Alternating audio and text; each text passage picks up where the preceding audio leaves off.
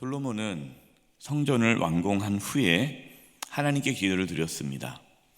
솔로몬의 기도에 하나님께서 응답해 주셨습니다. 역대하 7장 1절에 솔로몬이 기도를 마침에 불이 하늘에서부터 내려와서 그 번제물과 제물들을 사르고 여호와의 영광이 그 성전에 가득하니, 하나님께서 하늘에서 불을 내리쳤다라는 것은 하나님의 임재, 권능이 임했다라는 것이죠. 이처럼 하나님은 우리의 기도를 들으십니다. 우리가 기도하면 하나님께서는 권능으로 이 땅 가운데에 나타나십니다. 따라서 우리는 하나님께서 우리의 기도를 들으신다라는 믿음 가운데 담대히 기도해야 합니다. 하나님의 권능이 실제로 우리의 가정과 교회와 이 땅 가운데 나타날 수 있기를 기도하는 저와 여러분 되기를 소망합니다.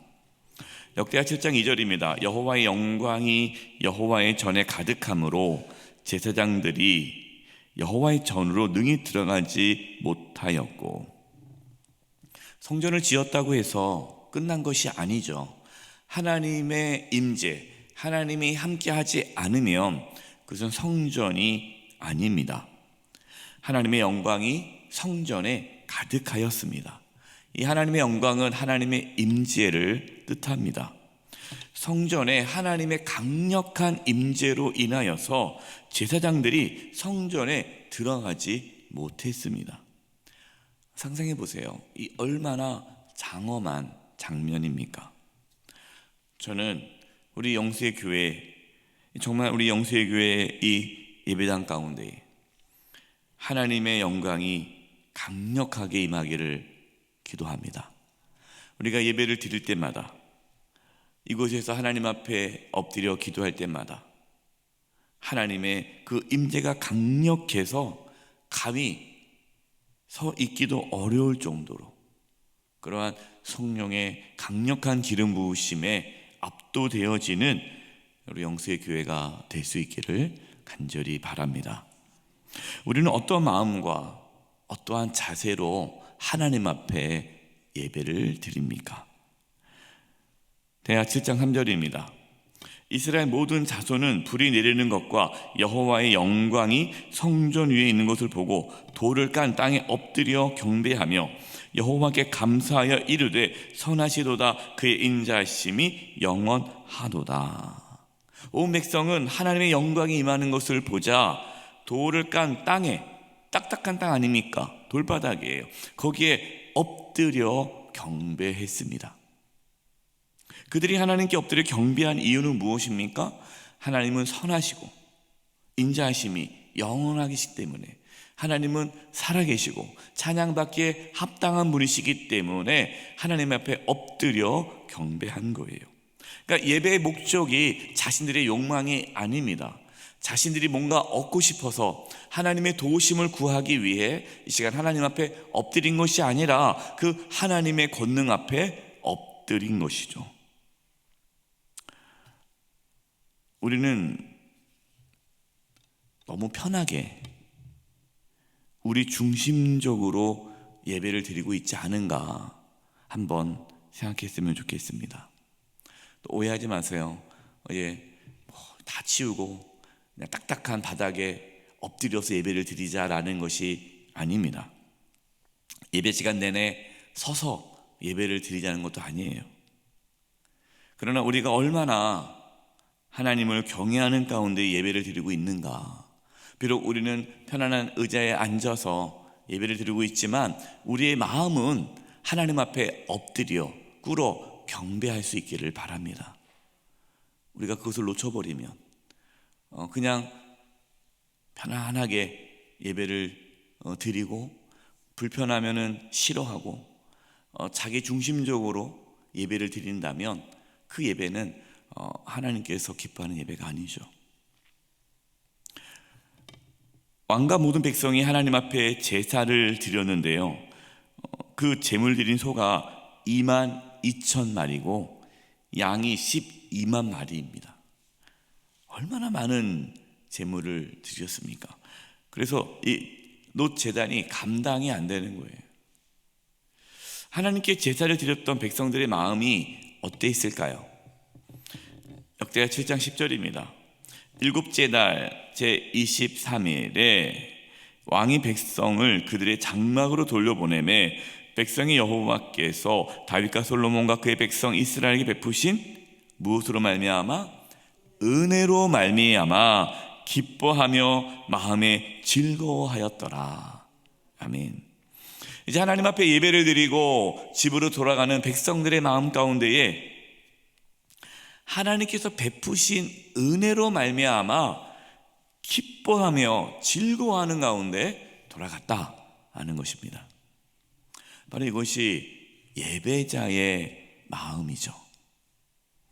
예배를 드린 후에 돌아갈 때에 우리의 마음에 하나님의 은혜로 말미암아 기쁘고 즐거움이 가득할 수 있기를 바랍니다.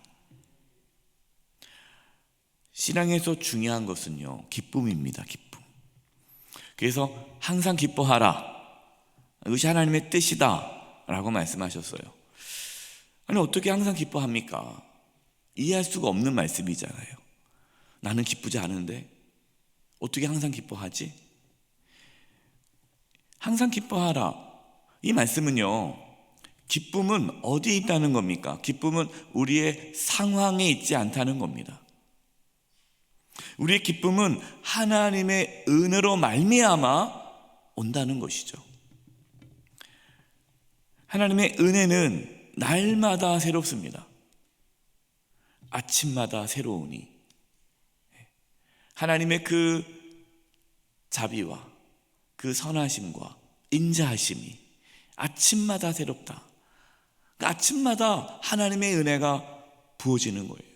그럼 그 사람은 매일매일 기쁜 거죠.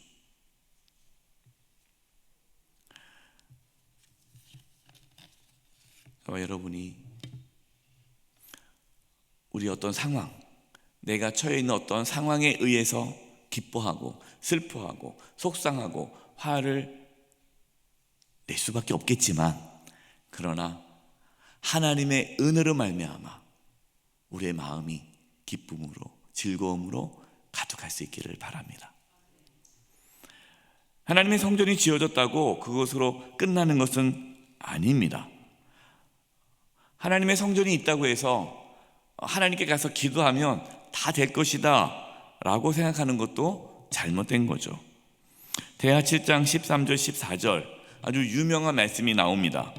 혹 내가 하늘을 닫고 비를 내리지 아니하거나, 혹 메뚜기들에게 토사를 먹게 하거나, 혹 전염병이 내 백성 가운데 유행하게 할 때에 내 이름으로 일컫는 내 백성이 그들의 악한 길에서 떠나 스스로 낮추고 기도하여 내 얼굴을 찾으면 내가 하늘에서 듣고 그들의 죄를 사하고 그들의 땅을 고칠지라.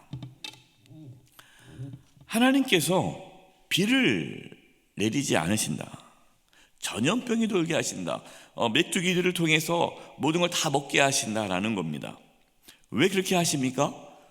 죄에 대한 심판이죠. 너희들이 죄를 지으면 이러한 심판이 있을 것이다. 그때 악한 길에서 떠나 스스로 자신을 낮추고 겸손히 하나님 앞에 회개하면, 하나님의 얼굴을 찾으면 하나님께서 그 죄를 사하시고 그 땅을 고쳐주신다라고 약속하셨습니다. 그래서 역대하 7장 14절 이 말씀은요, 민족 기도회 때, 연합 기도회 때 많이 사용되는 본문이에요. 하나님, 우리가 모여서 하나님 앞에 엎드려 회개합니다, 이 땅을 고쳐달라는 그 기도를 할 때에 이 말씀을 붙잡고 기도를 하죠. 회개하지 않으면 회복은 없습니다. 어떤 분들은 회개하지 않아요. 그러면서 자꾸만 하나님 도와달라고 그래요.